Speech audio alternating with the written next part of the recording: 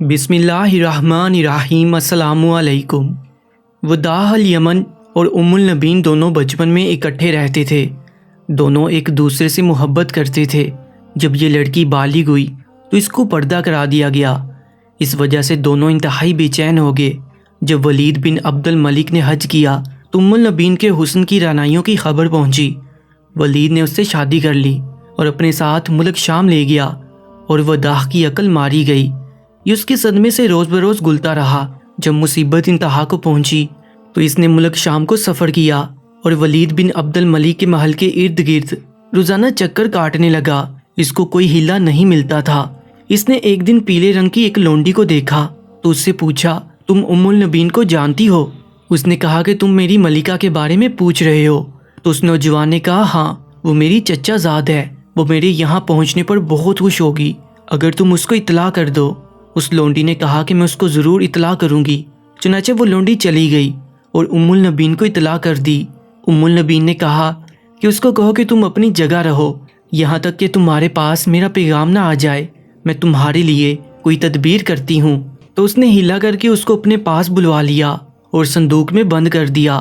जब खतरा टल गया तो उसको निकाला और अपने पास बिठाया और जो मुहाफिज की जासूसी का दड़का लगा उसको संदूक में बंद कर दिया।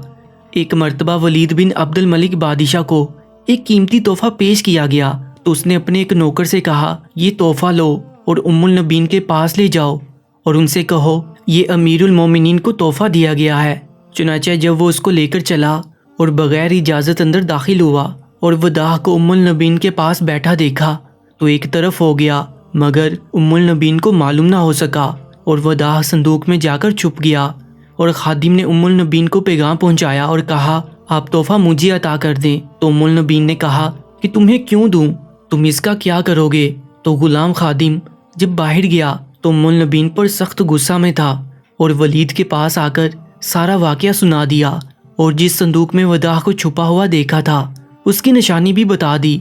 तो वलीद ने कहा कि तुम झूठ बोलते हो, मैं तुम पर इत्मीनान नहीं करता।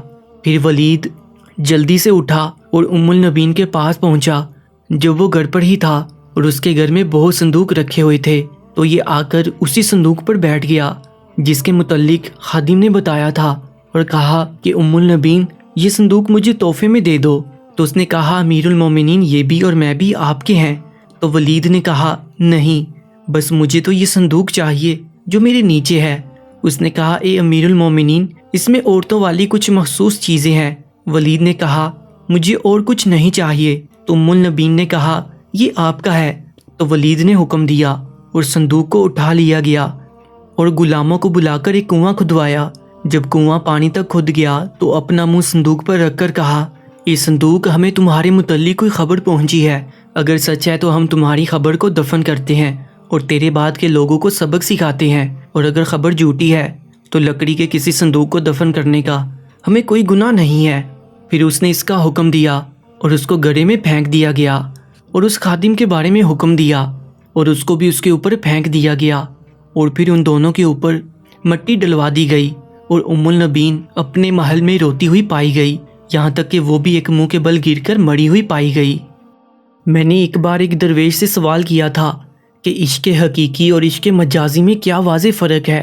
दोनों इश्क ही तो हैं और दोनों में चाहा जाना ही तो शर्त है। दरवेश मुस्कुराया और मट्टी के घड़े से ठंडे पानी का प्याला निकालकर मुझे थमाते हुए कहने लगा, बोले शाह, इश्क हकीकी और इश्क मजाजी में इतना ही फ़र्क है जितना ज़मीन और आसमान के दरमियान है। इश्क मजाजी क्या है?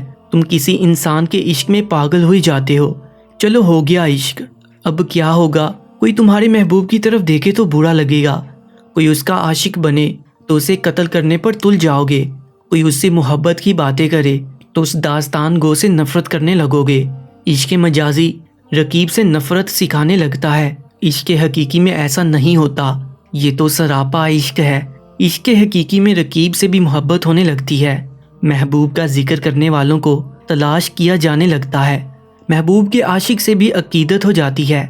इश्क मजाजी रकीब से नफरत का जज्बा उबारता है, लेकिन इश्क हकीकी रकीब से कुर्बत पैदा करता है। दरवेशों की महफिल में सभी रकीब ही तो होते हैं, एक महबूब और बाकी सब आशिक एक ही महफिल में हों और हाथ चूमते जाएं। کوئی ایک داستان کو محبوب کا ذکر چھیڑے، اسے اپنی والہانہ محبت کا اظہار کرے تو باقی سب سر دھرنے لگتے ہیں۔ عشق حقیقی محبوب سے جڑی ہر چیز میں محبوب دکھلانے لگتا ہے۔ عشق مجازی میں محبوب سے جڑی چیزیں رکاوٹ معلوم ہونے لگتی ہیں۔ عشق مجازی میں محبوب سنگ دل ہے، اکڑتا ہے، ادائیں دکھاتا ہے، ناز نخرے اٹھواتا ہے اور اکثر چھوڑ جاتا ہے۔ عشق حقیقی میں محبوب لپکتا ہے، قریب آتا ہے اور چاہت میں ماں کی ممتا کو بھی کہیں پیچھے چھوڑ جاتا ہے۔ اتنا سا فلسفہ ہے اور بس۔ پیارے دوستو، ایسے ہی سبق آموز واقعات کے لیے Urdu story time YouTube channel کو سبسکرائب کر لیجیے گا۔ اپنا بہت زیادہ خیال رکھیں۔ اللہ نگہبان۔